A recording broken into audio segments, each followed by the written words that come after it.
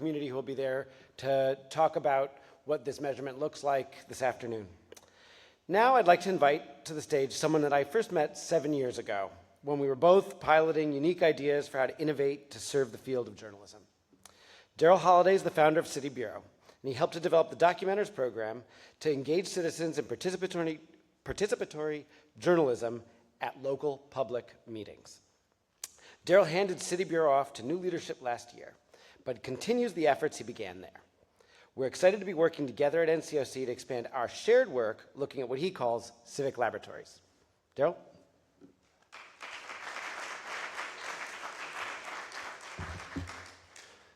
Morning, y'all. Oh yeah, this is gonna be great. Can I get a show of hands? How many? We're ready. We're ready. We're ready for this. Oh, we're ready for this.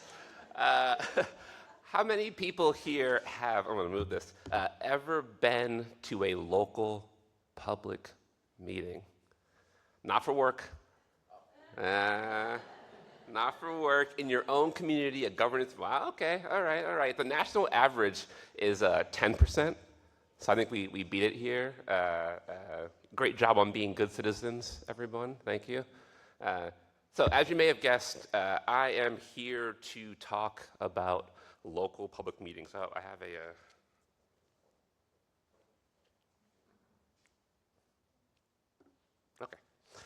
local public meetings. You know them, they're those long-winded city council sessions, the health department deliberations, right? The local gadfly talking about parking for the 50th time, right? The budget hearings. It's true, they have somewhat of a dull reputation, maybe is the way to put it. So here's a reframing for you, a way to reframe it for your friends, for your family. Public meetings are local civic laboratories in every town, county, and city across the entire country. They are where elected officials are held accountable between elections, not every 4 years, every month, every day. They're where big decisions are made that impact real people at the local level, and they're where people come together from different races, religions, political parties to debate, connect, discuss, and put in work for their communities. These meetings are the People's Congress. The problem is that data and information about them is diffuse, it's overly commercialized, and it's incomplete. Despite the impact of these decisions that are made at these meetings, it's currently impossible to compare and analyze the data across the country. I've spent nearly 10 years working on this effort. In 2015, I co-founded an organization called City Bureau on the south side of Chicago. And in 2019, my colleagues and I developed a platform called Documenters, which is a people-powered network designed to get local residents to these meetings and to get information from these meetings back out to the most impacted communities. That network has since expanded to 25 total cities, documenting thousands of meetings in the process that otherwise may not have gotten out. The projects dedicated to making these meetings more transparent and accessible and actionable are exciting. They're committed and they're growing. In our landscape analysis this past summer and early fall, we found over a dozen databases in the US, including Documenters. We also found more than 10 web schemas trying to structure this kind of information. Together, these efforts are making thousands of meetings more accessible, and I should say, I believe there are more of both out there. But unfortunately, we are still a ways off from meeting the need we envision at NCOC. None of these efforts have reached the level of breakout scale required for deep national analysis. That is because even tens of thousands of data points aren't enough. I'll give you a quick scale of the issue here.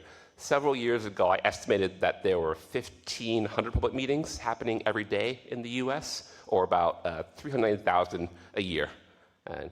I was wrong. Every government body in the US is generally required to hold public meetings.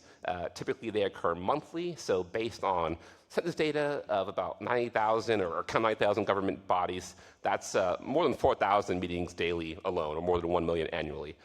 But most public government bodies have 3 or more committees, according to data that I've recently come across in documentaries. So what's the actual number?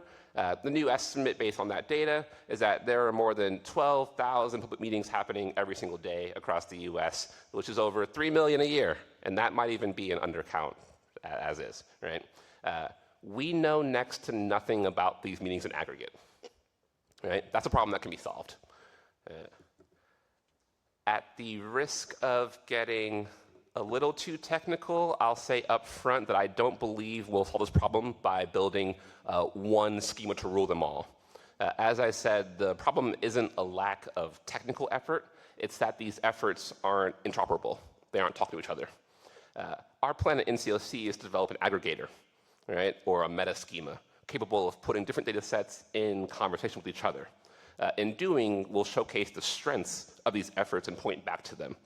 We'll map what we know about these meetings and discover where we should focus our interventions in order to put millions more of them on the map.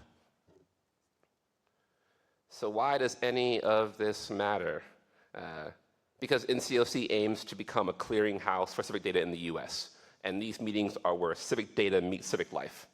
And given the massive scale of these meetings across the US, it's unfortunate that we don't know a number of things, including how often polarizing issues are addressed, ignored, or resolved at these meetings, what percentage of municipalities are now streaming their meetings post-pandemic, and what learnings can they share with others. Who attends these meetings, and are they representative of the communities where they're happening? Meanwhile, some meetings, like school board meetings, are becoming political battlegrounds, making it more important than ever that we understand these public spaces to ensure everyone's voice is heard. In short, we need a national effort to make these meetings more transparent, accessible, and analyzable. With the aggregator, we're going to close the gap between existing data, allowing journalists, academics, civic organizations to do deep, meaningful research and reporting that build civic muscles and improve civic health. And that's because we know that when this data is available, folks make use of it. Evidence from work across the country shows 2 opportunities. Citizen Portal includes 9 million results just for a search of the term school board. It's a huge database, it's gigantic. Documenters has paid out more than $1 million to people directly in communities across the country to attend and monitor these meetings, right? Code the Dream offers free coding education via meeting scrapers for low-income students. Together, these efforts give us a view of what's possible, showing where we can make the best use of our interventions. So, in conjunction with NCOC's excellent Civic Health Index, we'll test the viability of high-quality meetings as a Civic Health indicator. And where's Jeff? I got to get Jeff's permission. Jeff, I'll ask about this later. I can hardly think of a better barometer for the ways that communities are organized to define and address public problems than the designated physical spaces where those actions take place. Right? Public problem solving is what these meetings are ostensibly about. Let's find out if it's actually happening. So, the last few months, our initial MVP is already linked together these databases as a demonstration. We are spotlighting work from some of the most effective projects with the proof of concept, again, not to compete with those efforts, but to encourage and boost them, and hopefully to find alignment. We're learning a lot about how these various data sets do and do not work together to create a fuller picture of public meetings in the across the country. Namely, these systems and schemas run a very wide gamut in terms of structure, transparency, accessibility, and intended use, which makes for a very complex but worthwhile undertaking. In future phases, we believe that AI assistance can make our knitting efforts more seamless by helping to match and extend schemas. And ultimately, we hope this work can solve the issue at the source by providing templates, trainings, and tools for clerks and administrators who are on the front lines of publishing original municipal data across the country. So where are we going? We are currently in the prototype phase of our work, following several months of scoping, ideation, and interviews with people who are working on this issue. In our evaluation phase, we hope to test our search engine prototype, which you just saw a moment ago, and connect new partners before scaling the effort. But ultimately, we think this is a 3 to 5 year project. It won't be solved immediately. And so, we need your help. You in this room, we need your feedback. You can come see me at our workshop later today in Classroom A if it's interesting to you. We'll have an open discussion. We'll set up the MVP, and that is at 12:30, I believe. That sounds right. That's wrong. 12:30 is correct, I believe. Partners, if you lead one of these projects or you know of ones that we should be in conversation with, send them our way. Again, come find me, Classroom A, 12:30. Community, are you a journalist? Are you a researcher? Are you a clerk? Are you an administrator? Could this kind of tool help you with your work? Come find me at Classroom A at 12:30. I'm going to say it maybe 3 more times if I can get it in. Finally, this is the kind of work you want to support. Come find me in Classroom A at 12:30. That's it for me. Thank you for your time, folks. Many thanks to my team on this project, Annika and Daniel, and of course, it wouldn't be possible without NCOC. And come see me in Classroom A at 12:30. Thanks, everybody.